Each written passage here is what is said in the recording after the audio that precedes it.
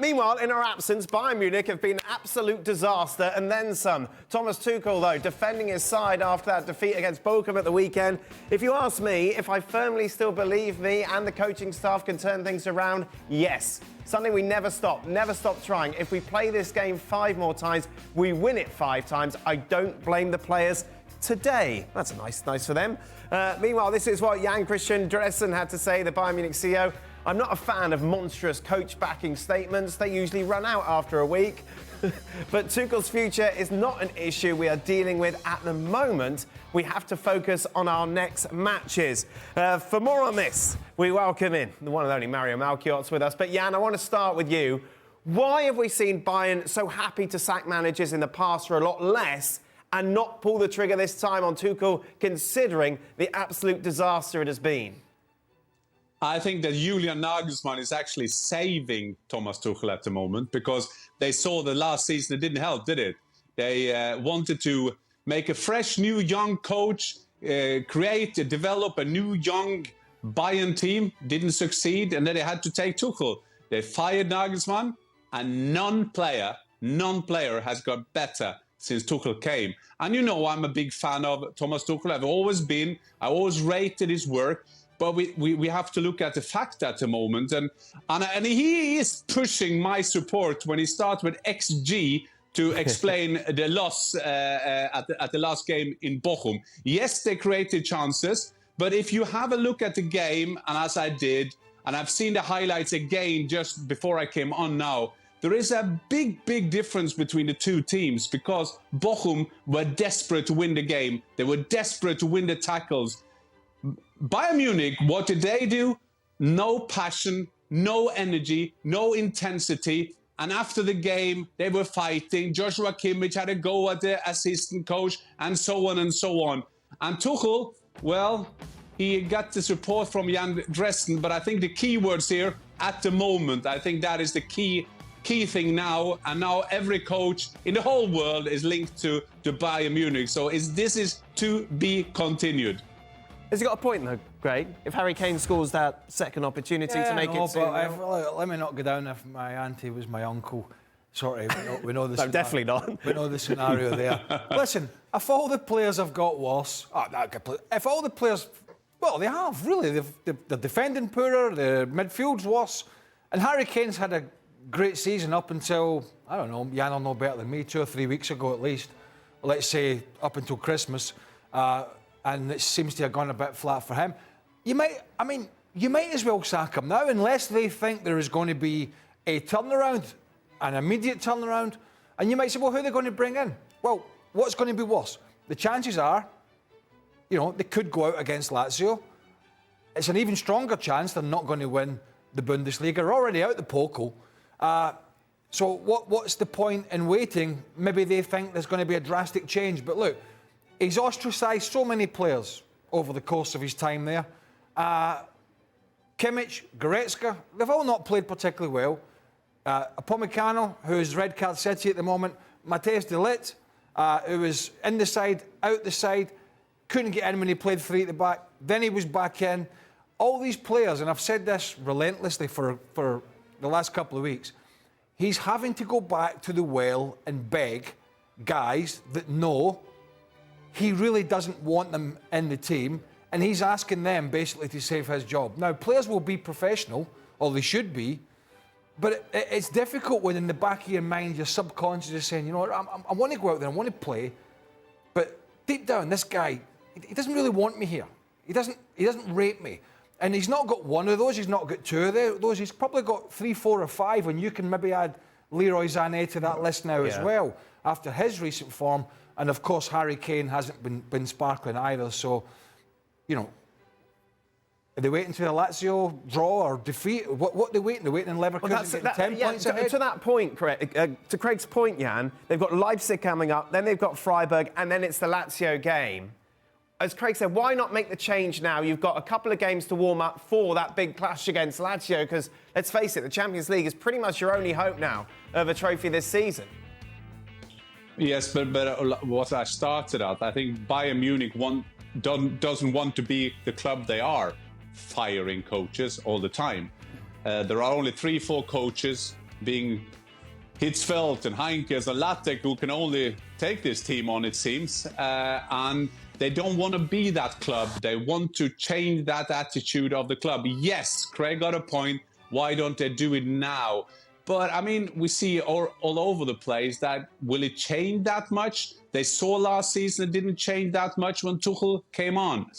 The problem is for them now is touching a bit, Craig, at the moment. You could add also Thomas Müller to that thing. Thomas Müller is fantastic outside the field, great interviews, on the pitch not delivering.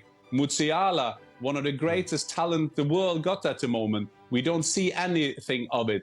Harry Kane came one against a goalkeeper. Thomas Müller, all on his own in front of goal, didn't play him. I'm not saying he should have because he's the best finisher maybe in the world, but still, these are things that is happening. But what we do know about Bayern is that they won't plan any firing, but they can just do it from one day to another. I would just give an advice to Thomas Tuchel, don't go on a ski holiday. Yes, very true. Mario, what was interesting in this game that Bayern started well, and then the tennis balls came down, and that just seemed to end any sort of momentum that Bayern had. And what's interesting watching from the outside in is, as Jan said, there was no drive, there's no passion in that second half to try and get things back on track. And this is so instrumental because when you talk about passion and drive, look at there was a moment, you understand, where Kimmich came in the middle to win the ball back, and I think that is the moment when they conceded the goal. And he had a moment to put his foot in and tackle. And he just jumped out. And I was watching again, I was like, well, you understand, like, this is a moment when you as a midfielder can also show your team what direction you want them to go. I know that, the news came out that he had the ups and downs with the coach and he also had some moments, but, put everything in the game. And then going back, you understand, what you guys talked about, Musiala. The sad part is when you're that talented and they put so much focus on you, it becomes difficult. It's almost like we have talked about in the Premier League. Enough clubs have that situation too. It's not that the young boys always have to take all the responsibility. It's the guys with so much experience. And Musiala came up with the goal, but I feel like you highlighted Kane already that he missed some opportunities. But I feel like no, the pressure should not be on the kid. The kid should be protected in the sense of because he's that talented. And I feel like, of course, I want to see a good football from him. But come on, guys, this is a team. We're talking about Bayern. Eh? This is one of the greatest teams in Germany. I live in Holland for so long. And the only thing I could hear was Bayern, Dortmund, Bayern, Dortmund. So come on, if I'm going to talk about it, they got to fix that situation really quickly because it's not looking good. Here's the thing. Bayern Munich have dug this hole for themselves. Over the last couple of years, it feels as though the political side of this football club has taken on more prominence than the footballing side of the football club. The sacking of Nagelsmann was politically motivated, and Dortmund came and did all of them a huge favour on the last day. Leverkusen are showing no signs of doing the exact same. So to your question, Dan, the reason Tuchel hasn't been sacked yet is because everybody sitting in those upper boardrooms are desperate for things to turn around. Right. Somehow, anyhow, because it all looks... If things don't, it makes the sacking of Nagelsmann look awful. It makes the hiring of Tuchel look awful. It makes them and the job that they're doing and the decisions that they've made look all the worse for it. Nobody's going to give the kind of favours that Dortmund did last time around. So now, as of right now, I'm not sure what tree those higher-ups are barking up. Because it's just getting worse and worse, and to that point, more and more embarrassing when you hear the post-game comments and all the rhetoric around it. Bayern don't want to be this club now, and they want to be something different, and they don't want to feel embarrassed because they don't want one bad decision after another, and they're not going to do anything now. Potentially, they might, but they might not. What do they do at the end of the season then, when they haven't won the Champions League and they won't? And when they haven't won the Bundesliga, which looks unlikely, what do they do then, Jan? Do they then make the change? Because they either want to be this club that's hiring and firing, or they want to be this club that says, OK, we haven't won the Bundesliga for the first time in, 11 years or whatever it is, but we're not going to make these drastic changes, and we're going to stick with our manager, and we're going to take the criticism that comes away, but we're going to make good decisions and go forward. They probably won't do that either. So what one is it? Are they sacking him now, or are they sacking him at the end of the season? I think that what you've seen, the last three coaches, first was Flick, who left for Germany, but it was also, you remember, he had a fight with Salihamidzic. Then they fired Salihamidzic and Oliver Kahn. In comes Julian Nagelsmann to build a young empire. He was branded as Alexander the Great, the young king who should make the kingdom of Bayern so calm and developing and everything, and he was fired. Then Tuchel is there and he's in danger of being fired. To Shaka's point, who should do it because they will lose face? I think there is a solution just down the road, because what they've now done, they're getting a new head of sporting, Max Eberl, as we knew from, or we know from Gladbach and Leipzig. He is coming in. I can see a scenario now with the 3 games coming up now that Max Eberl must be the guy who's doing it, because he doesn't have any history at the club. He hasn't done anything with Nagelsmann. He hasn't done anything with Tuchel either. So he can come in and just say, well, you know, I have had a look. I've evaluated the situation. I will let him go. So he can end up being the head of sport. The first thing he got to do is to fire the manager. Yeah. But you know what? Go on, Mary. I have a feeling too. When I watch him sitting on the bench, Tuchel, it almost gives me a feeling that he's waiting for something. He in the back of his mind, it looked to me, yeah, like yes. Even when I was watching the game, there was a moment when Upamecano, he brought him on and he went to the touchline, talking to him while he's jumping and warming up, telling him exactly what he wants him to do, and goes back to his bench. And I'm looking at a man and saying like, he's doing a lot of things that he normally would not be doing, and that's during the game. And then the way he sits on the bench, when I look at him, it looks like it's almost like someone saying to me like, I know what's about to happen. And knowing that all the experience that he had, I felt like PSG was the perfect place for him to learn how to deal with top stars. Because I felt like that was the ultimate place. When you go there, you know exactly you're dealing with the highest level of stars. You know, with a Messi, a Neymar, a Mbappe. Then you come to Chelsea and you see something happening there. Okay, I don't think the stars were at that size. But then going to Bayern, this is the club. Okay, so much connection for him also the German side. And I feel like at this point, the connection is so strong for him.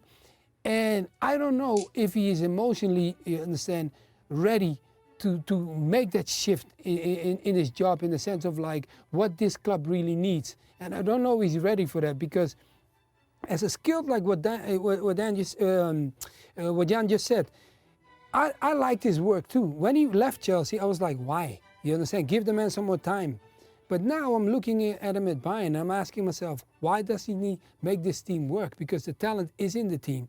And maybe they have to renew the team, but still there's enough talent for him not to be in this situation where he's in now. This has damaged his stock, isn't it? Oh, Thomas yeah. Tuchel?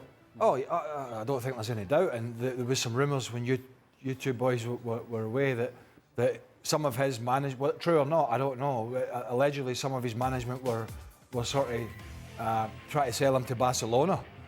Whether that's any truth in that or not, I think they realise that his number's up at Bayern. Listen, if I was to sit here and say Thomas Tuchel is not a good coach, that would be factually incorrect, because he's had success, and I would never sit here and say that.